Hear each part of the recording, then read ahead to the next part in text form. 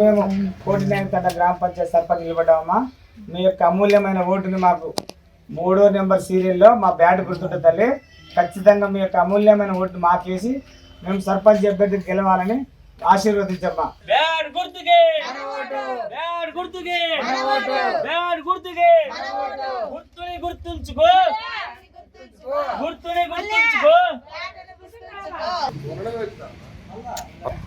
మేము కాంగ్రెస్ పార్టీ తరపు నుంచి స్వతంత్ర అభ్యర్థిగా మేము నిలబడ్డామన్నా. మేము కోటినేని తండ గ్రామ పంచాయతీ ధారావత్ తులసి గారికి మీ యొక్క అమూల్యమైన ఓటుని 3వ నెంబర్ మీద బ్యాట్ గుర్తుంటుందన్నా ఖచ్చితంగా చేసి మమ్మల్ని గెలిపిస్తారని మేము ఆశిస్తున్నాము.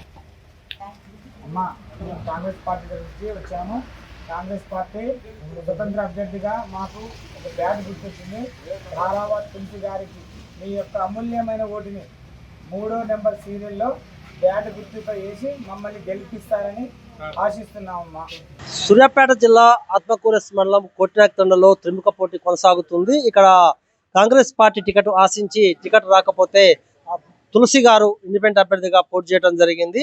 అయితే తులసి గారి కుమారుడు గతంలోనే ఎంపీటీసీ రవి గారు గతంలోనే ఎంపీటీసీగా సేవలు అందించడం జరిగింది. మంచి పేరు కూడా ఉన్నాయి. అయితే ఈసారి వాళ్ళ అమ్మగారిని రంగంలో దింపడం జరిగింది. ప్రస్తుతం తులసి గారు రవి గారు మన దగ్గరే ఉన్నారు. వారి మాట తెలుసుకుందాం. చెప్పండి, మీరు మీ అమ్మగారిని సర్పంచ్ అభ్యర్థిగా బరిలో దింపడం జరిగింది. మీ అమ్మగారు గెలిస్తే తండకి ఏం పని చేస్తున్నారు? ముందుగా నా కోటినేని తండ గ్రామ ప్రజలకు మీడియా సాక్షిగా వందనాలు. నేను కోటినేని తండ గ్రామ పంచాయతీకి గతంలో ఉమ్మడి పాత సూర్యాపేట గ్రామ పంచాయతీకి ఎంపీటీసీగా సేవలు అందించాను. అయితే మాకు ఉన్న ప్రజాదరణతోటి మళ్ళీ నేను ప్రజలకు సేవ చేయాలని పోటీలో నిలబడి ఉన్నాము. మేము కాంగ్రెస్ పార్టీ స్వతంత్ర అభ్యర్థిగా మేము పోటీ చేస్తున్నాము. మేము ఒకవేళ ఖచ్చితంగా విన్ అయి కోటినేని తండ సర్పంచ్గా మా అమ్మగారు ఉంటే మేము మా తండా ప్రజలకు 100కు 100% ఉచితంగానే ప్రథమ చికిత్సను అందిస్తానని హామీ ఇస్తున్నాను. అంతేకాకుండా మా కోటినేని తండాలోని ప్రతి ఆడపిల్ల వివాహానికి 5,116. అంతేకాకుండా మా తండా పరిధిలోని ఉమ్మడి గ్రామ పంచాయతీ కాలబౌసింగ్ తండా, కోటినేని తండా ఈ పరిధిలోని ఎవరు మరణించిన వారికి 5,116 ఇస్తానని నేను హామీ ఇస్తున్నాను.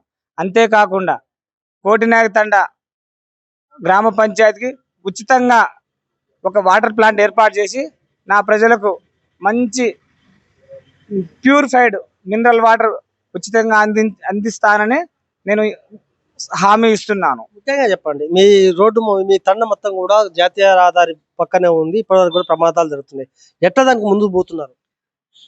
దానికి నా దగ్గర మంచి సొల్యూషన్ ఉంది.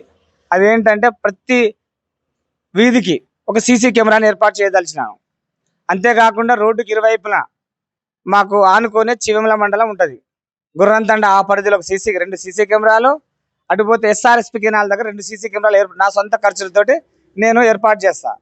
అంతేకాకుండా కోటినేని తండ ప్రతి గ్రామ వార్డులలో అసాంఘిక కార్యకలాపాలు జరగకుండా ఖచ్చితంగా సీసీ కెమెరాలు ఏర్పాటు చేస్తాను. ముఖ్యంగా చెప్పండి, విద్యా విషయానికి వస్తే మీ తండా ఇంకా వెనకబడే ఉంది. ఎట్లా ముందుకెళ్ళబోతున్నారు?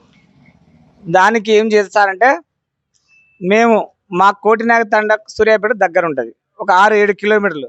అందరూ ఇప్పుడు ఉన్న పరిస్థితులలో సూర్యాపేటకే ప్రైవేట్ స్కూళ్ళకే మొగ్గు చూపుతున్నారు. అలా కాకుండా మేము దానికి ఒక కమిటీ వేస్తాం. ఒక కమిటీ వేసి మన తండా పిల్లల్ని మన స్కూల్లోనే పంపించాలి. సూర్యాపేటలో ప్రైవేట్ స్కూల్లో ఇంటర్ చదివిన టీచర్స్ ఉంటారు. మన దగ్గర బీఈడి, ఎంఏ, బీఈడి చేసిన విద్యావంతులైన టీచర్లు ఉంటారు. వాళ్ళందరూ ఒకసారి కూర్చోబెట్టి ప్రతి విద్యార్థి మన గవర్నమెంట్ స్కూల్లోనే చదివేటట్టుగా 100కు 100% నేను కృషి చేస్తాను. చివరిగా చెప్పండి, మీ తండా వాసులకు మీరు ఏం చెప్పబోతున్నారు? మా తండా ప్రజలకు 24 గంటలు అందుబాటులో ఉంటూ రాజకీయ పరంగా కానీ వైద్య పరంగా కానీ అందుబాటులో ఉండి వాళ్ళకి సేవ చేసుకుంటానని హామీ ఇస్తున్నాను. ఇప్పుడు ఒకవేళ మీరు ఇన్ని హామీలు ఇవ్వడం జరిగింది, 2 ఏళ్ల తర్వాత ఒకవేళ ఈ హామీలు చేయకపోతే మీరు సర్పంచ్ పని దిగిపోతుంది అవకాశం ఉందా? మేము 100కు 100% ఇచ్చినటువంటి హామీలను గినక 2 సంవత్సరాలలో పూర్తి చేయకపోతే ఇదే మా కోటి నాయకతండ ప్రజల సమక్షంలో రాజీనామా చేయదలుచుకున్నాము.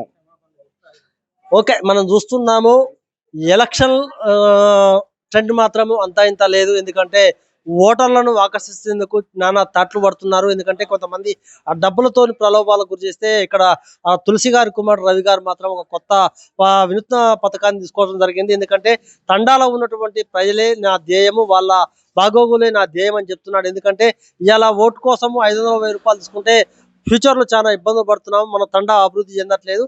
అందరి అభివృద్ధి చెందాలంటే నేను కొంత ప్రణాళికలు రూపొందించాలని చెప్తున్నాడు. అదేంటంటే పెళ్లి చేసుకునే ఆడవారికి 5,116 రూపాయలు, మరణించి అనుకోకుండా మరణిస్తే 5,116 ఇస్తాము. అంతేకాదు వాటర్ ప్లాంట్ యూజ్ చేస్తాము, స్కూల్ కూడా అన్ని విధాల సౌకర్యం కల్పిస్తాము, సీసీ కెమెరాలు ఏర్పాటు చేస్తామని హామీలు ఇస్తున్నా ఖచ్చితంగా. ఎందుకంటే గ్రామ అభివృద్ధి చెందాలంటే ఖచ్చితంగా ఇలాంటి పథకాలు ఉంటే మాత్రం గ్రామ అభివృద్ధి చెందుతాను కూడా మనం కూడా చెప్పవచ్చు.